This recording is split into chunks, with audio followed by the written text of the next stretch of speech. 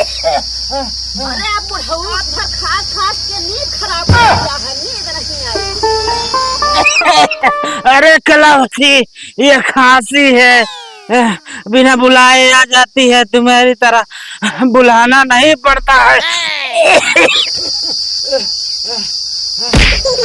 अरे संभाल के, गिर पर जा रही है। अरे वकील साहब नमस्ते। नमस्ते नमस्ते नमस्ते। देख रहे हो बुढ़ऊ रात भर खास खास एकदम परेशान करके रख दिए हैं, रात भर नींद नहीं आ रही है। अरे टेंशन न लीजिए, मैं इस गांव का वकील हूँ, मैं बताऊंगा ये बुढ़ा क्यों खास रहा है। अरे तो कल पकौड़ा बेच रहा था। अरे वकील साहब इनका कुछ केस रफा दफा करोगे, जिंदगी भर खांसते ही रहेंगे। ठीक ठीक, मैं देखता हूँ इनको खांसी क्यों आ रही है। इनकी खांसी की वजह बीबी की बातों से दम घुटना है।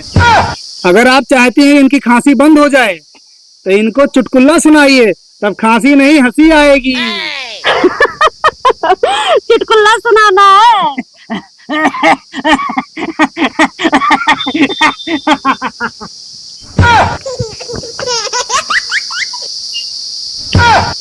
अरे बूढ़ा, इनको चुटकुल्ला मत सुनाओ, एम्बुलेंस बुलाओ, और रहे कुल्लों के लिए पुलिस बुलाओ।